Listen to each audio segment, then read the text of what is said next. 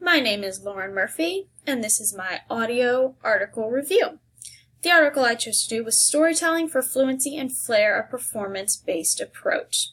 This article was researched and written by Terry Campbell and Michelle Hulsk. The purpose in their research was to build community in the classroom and to see if working with performances and theater would help children's oral fluency when it came to reading and literature. The research question was not directly stated in the article, but once you read the article, you could conclude that a question that would summarize what they were looking for was, would dramatic storytelling affect oral fluency? Methods used, the participants and data.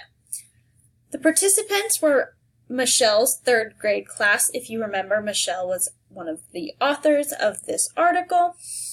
Special attention was paid to 4 special needs students in her classroom. While the data was not collected any differently from these students, the activities were not done any differently. These 4 students were watched differently to see if it would also affect their fluency, as they tended to have more trouble. The data was qualitative. It was not numbers-based. They weren't looking for percentages. They simply wanted to see how it affected the students' fluency. They studied her classroom to see if it would help with fluency even at all, and then they assessed the students using a benchmark that they had access to. Again, no numbers were used. It was simply observation of the students and how they advanced in their oral fluency. Findings of their article. They stated in their article many of their findings. Not all of them had to do with fluency, but many of them did. So the students better comprehended the stories that were being read to them.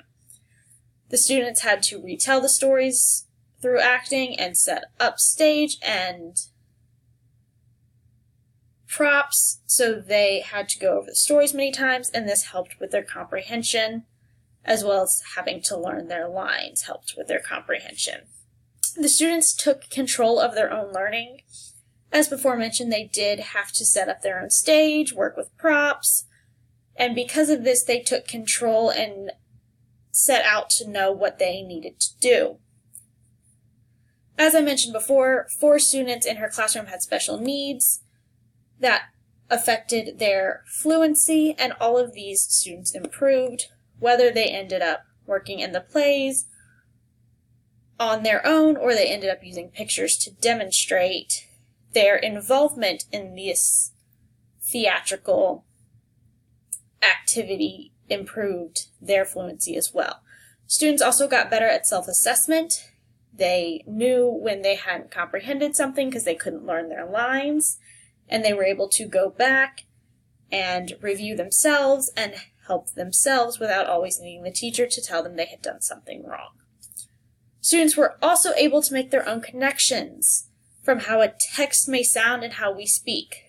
They gave a student in her classroom the name Jay, and an example in the article was when he read a book and realized someone had said that they were very much busy, and he realized that nobody talked like that in his day-to-day life, so he then changed the line to, I'm very busy, and simplified it and made it sound more like a play and how people in his own culture would speak, as opposed to the book. Also, going along with their other goal of seeing if it would affect classroom connections and involvement, all of the students were very excited to be involved.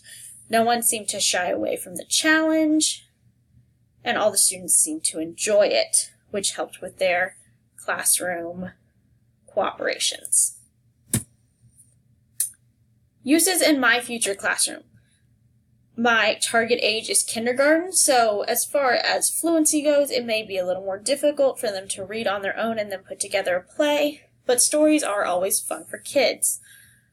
My goal will now be to look for more interactive ways to help improve oral fluency, such as acting out a familiar story, one they know, one that they may have already had memorized, but they may just have to study a little more.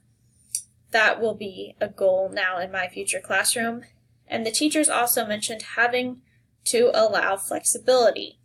As before mentioned, Jay changed the wording a little bit when they actually put on their production, and the teachers in that case had to allow for that flexibility to allow him to demonstrate his comprehension in addition to his book knowledge.